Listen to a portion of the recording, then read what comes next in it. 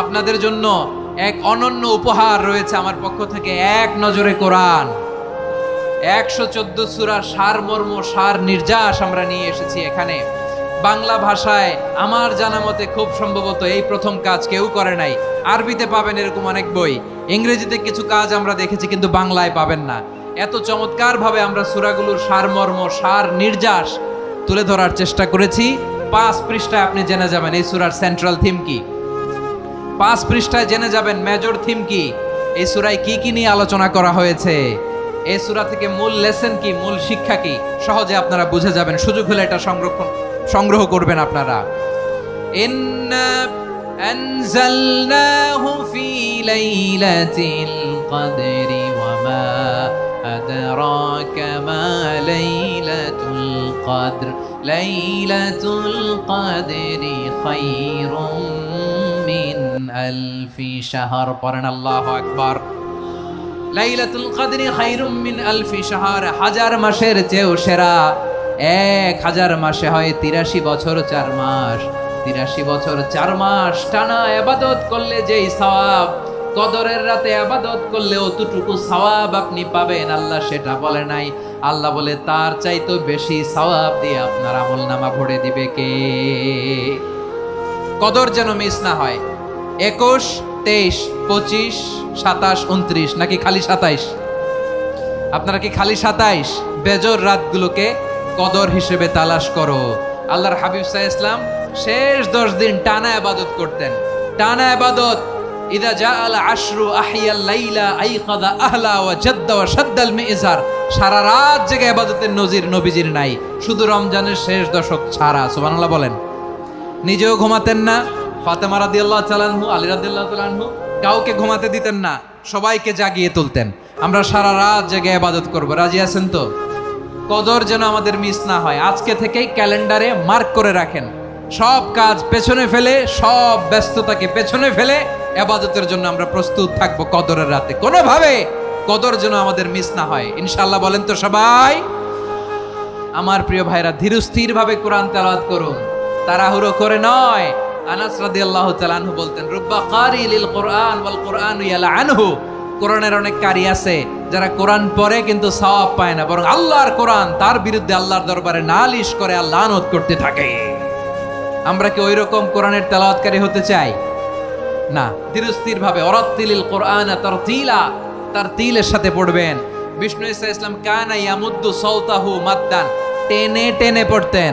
আলহামদুলিল্লাহি রাব্বিল আলামিন আর রহমানির রহিম মালিকি ইয়াউমিদ্দিন ইয়্যাকা না'বুদু ওয়া ইয়্যাকা নাস্তাঈন ইহদিনাস সিরাতাল মুস্তাকিম সিরাতাল লাযীনা আন'আমতা আলাইহিম গায়রিল মাগদুবি আলাইহিম ওয়ালাদ-দাল্লিন। পড়েন আমিন।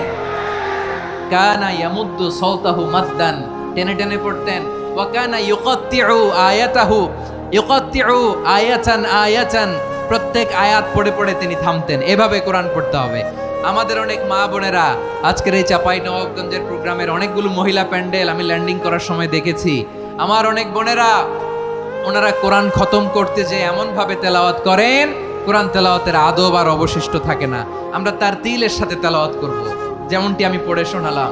বিষ্ণু ইসলাম প্রতি আয়াত শেষে থামতেন, টেনে টেনে পড়তেন, তার তিলের সাথে পড়তেন, সুর করে পড়তেন। মান লাম ইয়াতাগান্না বিল কোরআন ফালাইসা মিন্না, যে সুর করে কোরআন পড়ে না সে আমার উম্মত হতে পারে। যাইনুল কোরআন বিআসওয়াতিকুম, বিষ্ণু বলেন সুর করে কোরআন পড়বা। অনেকে কোরআনের খতম তুলবার জন্য কোরআনরে একেবারে খতম করে দেয়, এরকম আছে না নাই? কোরআনের খতম তোলার জন্য কোরআনরে কি করে? একেবারে খতম করে দেয় না। আপনি ধীরস্থির ভাবে পড়ে যদি খতম দিতে পারেন মাশাআল্লাহ, না পারলে যতটুকু পারেন পড়বেন।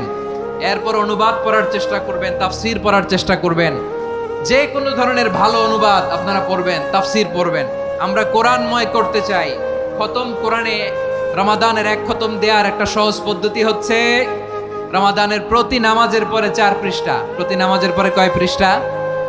4 পৃষ্ঠা, তাহলে 5 ওয়াক্তে 4 পাঁচা 20 পৃষ্ঠা। হেফজে কোরআন গুলো 20 পৃষ্ঠা এক পারা, এভাবে 30 দিনে আপনার এক খতম হয়ে যাবে। আমরা যেন তার তিলের সাথে বিশুদ্ধভাবে কোরআন তেলাওয়াত করতে পারি, আল্লাহ তৌফিক দান করুক। পড়ে না আমিন। 2 নাম্বার করণীয়, ধীরস্থির ভাবে তারাবির সালাত গুলো যেন আমরা আদায় করি। তাড়াহুড়ো করবেন না আল্লাহর ওয়াস্তে, তাড়াহুড়ো করবেন না, তাহলে কোরআন আমাদের জন্য বদদোয়া করবে। তাড়াহুড়ো করবেন তারাবির নামাজে। তারাবির নামাজ সালাতুত তারাবিহ মানে বিশ্রামের নামাজ, আর আমরা পড়ি সালাতুল কিতার, রেলগাড়ির মতো নামাজ। চিল্লায় বলেন ঠিক কি না?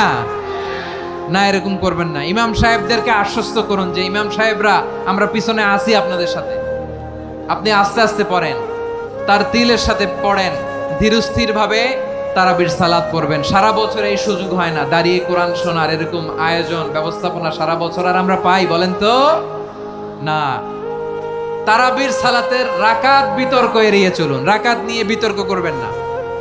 8 রাকাত 20 রাকাত নিয়ে যে মারামারি এই দেশে, এটা শয়তানের ফন্দি। চিল্লায় বলেন এটা কার ফন্দি?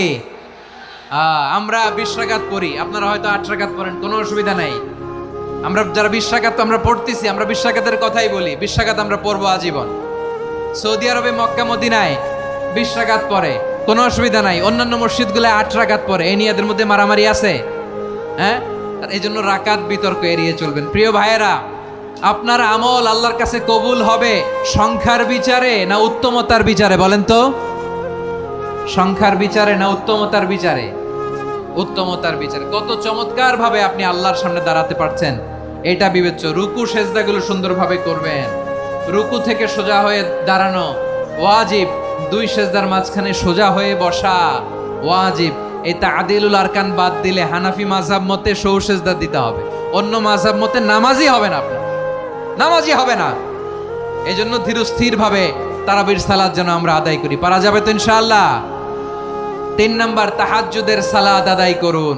বছরের অন্যান্য সময় উঠতে পারি না, অনেকে বলে হুজুর উঠতে পারি না, কিন্তু রমাদানে সাহারি খাওয়ার জন্য তো উঠাই লাগে। কি বলেন, সাহারি খান আপনারা? হ্যাঁ, খান না? খান কে কে দেখি তো? মাশাআল্লাহ মাশাআল্লাহ, এই সুন্নত পালনের জন্য 1 নাম্বার। মাশাআল্লাহ, ঠিক আছে, পালন করবেন। আল্লাহর হাবিব বলেন তাসাহহারু ফা ইন্না ফিস সাহুরি বারাকা, তোমরা সাহারি খেও, কেননা সাহারির ভেতরে বরকত ঢুকায় দিয়েছে কে? একটা খেজুর 1 গ্লাস পানি খেলো সারা দিন আপনাকে তরতাজা রাখে কে? তো সাহারির জন্য যেহেতু উঠতেই হয়, সাহারি খাওয়ার আগে বা পরে 2 রাকাত 4 রাকাত তাহাজ্জুদ পড়া যাবে না? রব্বুল আলামিন বলেন ওয়ামিনাল লাইলি ফাতাহাজ্জাদ বিহি নাফিলাতান লাকা আসা আইয়াবআসাকা রাব্বুকা মাকামান মাহমুদা। ও নবী, রাতের কিছু অংশ সময় তাহাজ্জুদের সালাত আপনি আদায় করবেন, কারণ এই তাহাজ্জুদ হলো আপনার জন্য নাফিলাতাল লাক, অতিরিক্ত ফরজ। আপনাকে মাকামে মাহমুদে অধিষ্ঠিত করবে কে? এজন্য যারা সম্মানিত হতে চান, সম্মানের আসনে যেতে চান, তাদের জন্য তাহাজ্জুদ অবধারিত। আমরা রমজানে সাহারির আগে তাহাজ্জুদ পড়তে চাই কি চাই না? এই নামাজটা আল্লাহ বড্ড ভালোবাসেন, কেন জানেন? কারণ গভীর ঘুমকে স্যাক্রিফাইস করে আমরা এই নামাজ পড়ি। ঘুমের আরবি জানা আছে কারো? ঘুমরে আরবিতে কি বলে? অনেকগুলো আরবি আছে। একটা আরবি হচ্ছে নুআস, তন্দ্রা, তন্দ্রা, আমানাতান নুআস কোরআনে এসেছে। আরেকটা আছে ঝিমুনি, ঝিমুনি, এইভাবে ঝিমুনি আসে ঘুমের আগে, এটারে বলে সিনা। এটারে কি বলে? সিনা। স্বাভাবিক ঘুমকে আরবিতে বলে নাউম। স্বাভাবিক ঘুমকে কি বলে?